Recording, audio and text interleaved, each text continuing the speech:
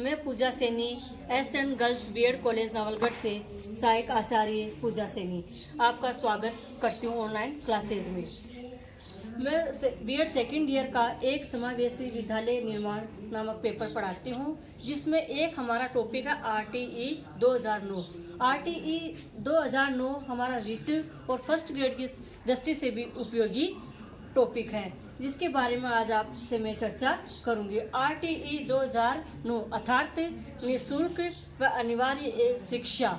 जिस शिक्षा को मूल अधिकार बनाने की बात 1997 के बाद जोर पकड़ने लगी थी। यहाँ भारत के लोगों ने इसको शिक्षा अधिकार लेने के लिए इसका आंदोलन करने लगे और अपने बच्चों को शिक्षा दिलाने के लिए वो पुरजोर कोशिश करने लगे, जिसके अंतर्गत सुप्रीम कोर्ट को इस दखल अंदाजी करके और उसको मौलिक अधिकार घोषित करना पड़ा, जिसके परिणाम स्वरूप ही 1 दिसंबर 2002 को 86वां 86 संविधान संशोधन हुआ। हमारे संविधान में 86 नामक संविधान संशोधन हुआ, जिसके अंतर्गत अनुच्छेद 21 व भाग 3 में इसे मूल अधिकार का दर्जा दिया गया। इसे कानून या अधिकार को संपूर्ण देश में लागू करने की आवश्यकता हुई, तो इसको लागू किस तरह से किया जाए और इसको एक कानूनी संज्ञा किस तरह से दी जाए, इसके लिए इसको एक विभिन्न चरणों से गुजरना पड़ा और इसके अंतर्गत ही RTE 2009 का जन्म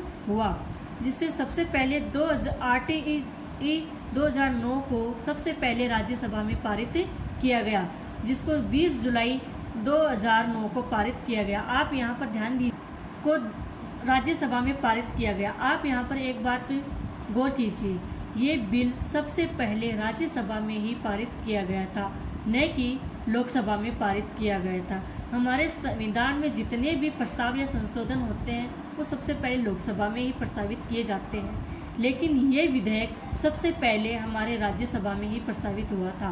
केवल धन विधेयक और वित्त विधेयक ही सबसे पहले लोकसभा में प्रस्तावित किए जाते हैं या लाए जाते हैं, और बाकी सारे विधेयक हम दोनों सदनों में से किसी में भी ला सकते हैं। इस प्रकार से ये कानून को अधिकार देने के लिए 20 जुलाई 2009 को RTE 2009 को राज्यसभा में प्रस्तुत किया गया। उसके पश्चात ये 4 अगस्त 2009 को RTE को लोकसभा में प्रस्तुत किया गया। विभिन्न चरणों से गुजरता हुआ ये RTE 2009 संपूर्ण देश में 1 अप्रैल 2010 को लागू हो गया था। हाँ, पूरे देश में ये 1 अप्रैल 2010 को लागू तो हो गया था, लेकिन केंद्र के अंतर्गत आने वाला जम्मू कश्मीर को छोड़कर ये संपूर्ण देश में लागू हो गया था।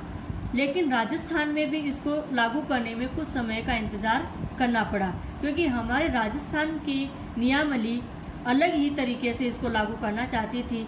इसलिए ये राजस्थान में 1 साल पश्चात अर्थात 29 मार्च 2011 को लागू किया गया था। हाँ जी, ये हमारे राजस्थान की बात करें तो ये 29 मार्च 2011 को हमारे राजस्थान में से लागू किया गया था। धन्यवाद। आज के लिए इतना ही। हम कल इसके आगे के विषय पर चर्चा करेंगे। इसकी धाराएं और कितने अनुच्छेद है इसके बारे में हम कल आपसे इसके बारे में चर्चा करेंगे। नमस्कार, धन्यवाद।